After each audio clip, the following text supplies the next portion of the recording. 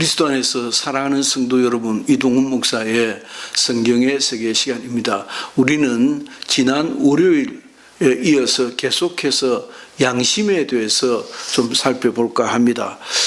워낙 중요한 챕터라 할 수 있습니다. 적어도 그리스도인들이 참 양심적인 사람이어야 하지 않겠는가라고 하는 생각이 꽤 들고요. 아니, 그렇게 비양심적일 수 있단 말인가 라는 말은 안 들어야 되지 않겠는가라고 하는 생각도 듭니다. 만일 그렇다면 양심이 무엇인지 좀 알아야 되지 않겠습니까?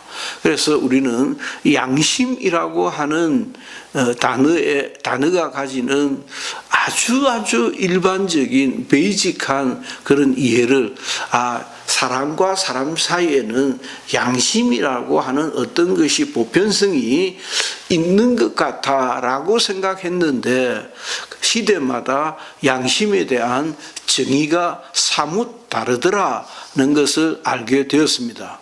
그것은 각 종교마다도 다르고 시대마다도 다르고 세대마다도 다르고 여성 남성이 또 다르고 부자와 가난한 사람들 사이에도 또 그룹끼리도 또 다르고 심지어는 정치권에서 여야 정치인들이 정치적 입장을 달리하면서 어마무시하게 서로 다르더라는 것입니다. 그 정말 양심이 다른 거예요. 아주 용서할 수 없는 사람들이 그런 국회의원이라고 하는 그 직위를 가지고 어마무시하게 정말 용납할 수 없는 그런 말을 퍼뜨립니다. 국회의원은 면책특권이 있거든요. 그 면책특권을 가지고 마음대로 그야말로 씨부리는 거죠. 그걸 국민들이 다 들어줘야 됩니다. 마치 그 사람은 그 사람대로의 양심적 행위를 한 것처럼 우리가 인정해야 할 때도 없잖아 있더라는 것입니다. 그러나 꼭 그러할까? 그래서 민주사회에서는 민주주의의 기본 골격은 다수결입니다. 다수결은 투표로 이기는 것이죠. 투표로. 그러니까 양심이 하도 좌충우돌하고 있으니까 양사방으로 흩어져 있으니까 그래서는 안 되겠다 하고 모여서 투표로 손을 들어서 양심을 정했다 칩시다. 그러나 다수결만이 성자 독식만이 그게 온전한 양심은 아니고 그 다수결주의의 민주주의가 향하는 다수결주의는 소수의 배제된 생각들도 함께 끌어안아야 한다는 것을 우리가 좀 생각해 볼 여지가 있습니다. 그러니까 다수가 이겼습니다. 한 표가 이겨도 다수가 이기는 것입니다. 그러나 이겼으니까 마음대로 전횡을 해야 되는 것은 아니고요. 그러니까 소수의 입장에서는 다수의 결국은 7대 6, 9대 8 이런 식으로 한 표만 우리 쪽으로 왔으면 우리가 이기는 건데, 그렇죠. 그러나 우리 쪽으로 안 온 걸 어떡합니까? 그러니까 진 입장에서는 성자의 성을 이긴 것을 인정할 줄 알아야 되고, 이긴 성은 진 패자들 보듬어 안아야 하는 그런 입장도 있더라라고 하는 것입니다. 자, 그래서 양심은 오류가 없는가 하는 질문을 던져봅니다. 양심이라는 것은 함께 하나님과 함께 볼 수도 있고 너와 내가 함께 보는 것일 수도 있는데, 그것은 그러면 그 양심이라고 하는 것은 이동훈 목사 말대로 자연법에 가까운 것이 아니겠는가. 그 양심은 보다 더 보편성을 띠는 인류 공감할 수 있는 그 어떤 무엇이라고 할 수 있을 것 같은데, 만일 그런 양심이 있다고 하면 스토익주의의 세계 이성과 같은 양심이 있으면 그 양심은 그러면 오류가 없다는 말인가. 우리가 생각해 볼 때 성경 어디에도 양심은 오류가 없다는 말을 한 적이 없어요. 그건 없는 것 같아요. 그리고 구약 성경에는 좀 보겠습니다마는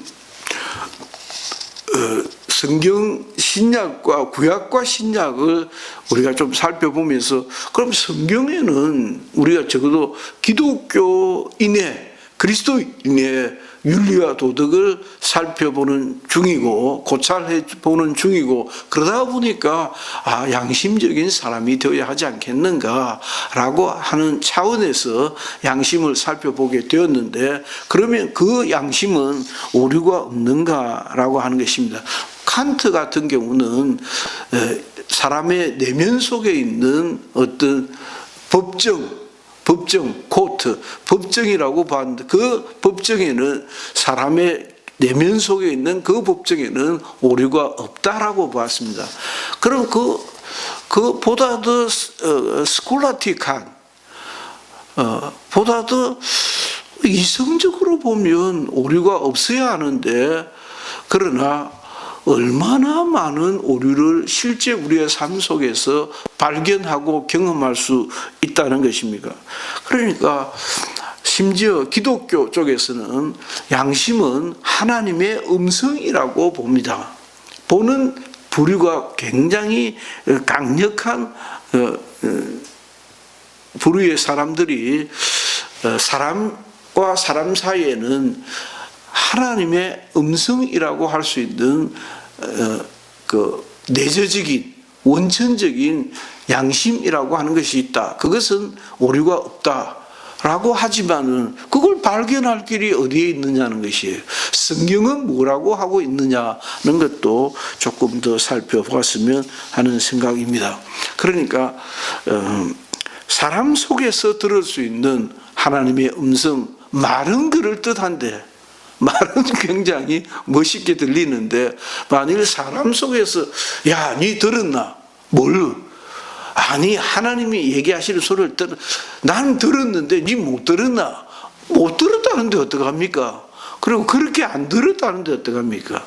그러니까 굉장히 좀 관념적으로 접근한 것이 아닌가 싶고요. 성경이 보다 더 구체적으로 양심에 대하여 뭐라고 하고 있는지에 대해서 우리가 좀 더 살펴봐야 했다라고 하는 것입니다. 실제 사례를 좀 살펴보면 만들어서 굳이 할 것도 없습니다.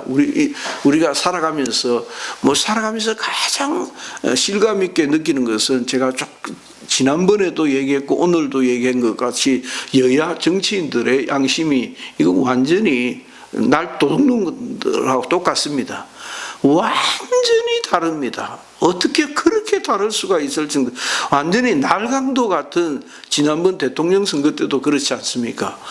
이 인간이라고 나와서 막 소리를 지르고 했는데 무려 천수백만 국민들이 그를 지지했습니다. 불과 20몇만 표로 의해서 결국 졌지만 그럼에도 불구하고 천몇백만의 사람들이 그를 지지했습니다. 뭘 쏘았든지 뭘 먹었든지 어떤 혜택을 누렸든지 그건 차지를 하고 그걸 어떻게 양심이라고 할 수 있겠느냐는 것이에요. 그럼 이동훈 목사가 이야기하는 그 양심이 정당한가? 그것도 억지를 부리면 또 문제가 생깁니다. 그래서 이걸 어떻게 접근하고 우리는 이 양심이라는 세계에 대해서 얼마나 더 깊이 들어갈 수 있겠는가라고 생각이 들고요. 정치권에서 아주 쉽게 또 다른 양심의 모습을 볼 수 있다는 것이고 두 번째는 판정에 있습니다. 재판정에서도 보통의 그러니까 판사는 법률과 양심에 의해서 판정을 합니다. 딱 두 가지입니다. 헌법과 법률이라고 하는 성문화된 법전에 의해서 그러니까 법전이 없으면 판결도 내리기 어렵습니다. 그래서 그것을 자꾸 구체화하는 것이지요. 그걸 좀 더 구체화해야지 그렇게 중구난방으로 해가 되겠는가 해서 자꾸 갈래치기를 하는 것입니다. 더 세밀하게 분류를 하는 것입니다. 어느 때는 어느 때 해야 되고 형량은 이런 경우에는 어떻게 해야 되고 그 형량도 그렇습니다. 똑같은 살인이라도 똑같은 강간이라도 똑같은 도적질이라도 그 액수가 다르고 상태가 다르고 심리적 정황이 다른데 어떻게 똑같은 형량을 내릴 수가 있는가. 그러니까 그게 뭐 어떻게 해야 된다는 말이냐. 이런 것들이 우리가 양심이라는 같은 말을 써도 그 양심이라는 같은 말도 엄청 다르게 적용되고 있구나라는 것을 발견할 수 있습니다. 아주 중요합니다. 그렇기 때문에 우리가 양심에 대해서 제가 다음 시간에는 거기까지 갈 수 있을는지 싶습니다. 그리스도인은 어떤 양심을 가져야 되는가, 하여튼 거기에 다음 시간에 또 하도록 하고, 구약 성경에서는 양심이라는 직접적인 단어를 찾아볼 수 없습니다. 그것은 거의 신약 성경에도 양심이라는 말이 정확히 딱 뚫어지게 나오지 않습니다.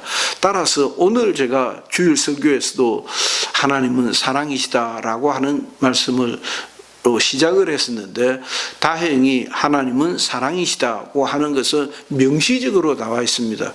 참 그럴 때는 다행이지요. 성경이 명시적으로 나와 있을 때는 우리가 굉장히 안도에 숨을 쉬는 그런 느낌이 듭니다. 그러나 양심에 대해서는 이러이러한 것을 양심이라고 한다라고 하지는 않습니다. 예컨대 구약 성경 시대에는 선지자들의 책망하는 기능과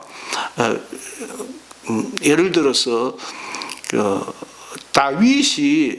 다윗이 성범죄를 지었을 때에 나단 선지자에게서 엄히 꾸중을 듣습니다.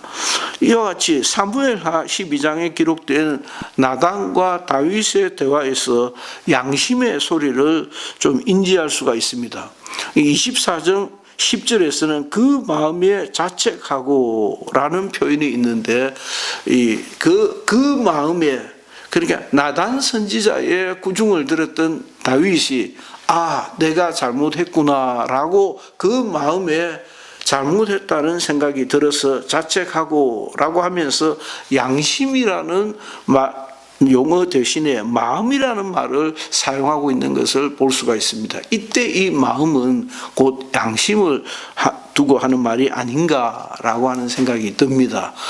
그렇게 생각하면 우리가 이건 양심을 의미하는 것이 아니겠는가라고 하는 부분들은 성경 곳곳에서 좀 찾아볼 수 있겠다라고 생각해 볼 수도 있겠습니다. 복음서에서도 그렇고 바울의 서신에서도 양심이라는 직접적인 단어는 안 쓰지만은 양심을 상상해 볼 수 있는 이 양심을 두고 하는 말이 아닌가라고 양심을 유추해 볼 수 있는 경우들도 많이 볼 수가 있습니다. 마가복음 7장 18절 이하에 또 있고 누가복음 6장 45절에서도 예수님께서 그러한 표현을 사용하셨던 것을 볼 수 있습니다. 양심이라는 말이 사도행전에서는 바울에 의해서 또 사용되어지기도 했습니다. 바울의 서신에서도 여러 번 그런 경우들이 나옵니다. 그러나 하여튼 어쨌든 이 양심이라는 것은 첫째는 과거의 일에 대해서 어떤 기능을 발휘할, 그러니까 과거의 어떤 것을 뒤돌아보면서 잘못한 것 같아 라고 하는, 그러니까 신약 성경이 이야기하는 그 양심적인 어떤 것들은 과거의 일을 뒤돌아보는 어떤 펑크션, 기능이 있을 때 그 기능을 그러니까 양심은 과거의 우리의 행적을 반성하게 하는 기능이 아니겠는가라고 하는 것이고, 두 번째는 조금 더 중요한 것은 이 양심은 어떤 사람의 자신일 수도 있습니다. 어떤 사람의 일을 꾸짖는 기능을 할 때 양심을 갖고 있을 뿐만이 아니라 자기의 행위를 변명하는 기능도 하고 있는 것을 볼 수가 있더라는 것입니다. 다시 말씀드리면 양심은 첫째, 과거의 일을 뒤돌아볼 때 짐지 그와 같은 작용을 하고 있더라라는 것이고, 두 번째 그 양심은 반성하고 꾸짖고 심지어는 그 반대로 꾸짖고 하는 것은 적극적으로 이렇게 나무라는 것인데 방어를 할 때 자기 양심에 비추어 볼 때 자기 생각에 자기 마음에 비추어 볼 때 그거 아닌데 라고 자기를 방어해야 할 때는 방어해야 할 때도 그 양심이 사용되어진 것을 볼 수가 있습니다. 따라서 양심은 어떤 갈등 구조를 일으킬 때 해결해가는 어떤 과정을 보고 그것을 양심이라고 하지 않는가. 그래서 양심은 과거를 두고 반성하면서 혹은 꾸짖으면서 혹은 방어할 때 갈등 구조를 나타내면서 그 갈등 구조 속에서 일어나고 있는 인간의 내면적인 어떤 작용을 잘못했잖아 라고 얘기할 수도 있고 아닌데 내가 잘했는데 난 바르게 했는데 라고 자기를 방어할 수도 있겠다는 것입니다. 바울은 로마서 7장 17절에서 이제는 이것을 행하는 자가 내가 아니요 내 속에 죄라고 말하면서 그와 같은 갈등을 설명하고 있습니다. 그건 내가 아니고 내 안에 있는 죄가 그렇게 한 것이야 라고 자기 안에 있는 내면의 소리가 그렇게 말하는 것입니다. 그것을 양심이라고 볼 수 있지 않겠는가. 그것을 하나님의 음성이라고 단정적으로 말하기는 어렵다. 왜냐하면 하나님의 음성이라고 누가 그렇게 얘기를 안 했으니까. 그러나 그와 같이 그건 내 안에 있는 죄가 한 것이야. 나는 그렇게 살고 싶지 않아서 라고 자기를 방어할 수도 있겠더라는 것입니다.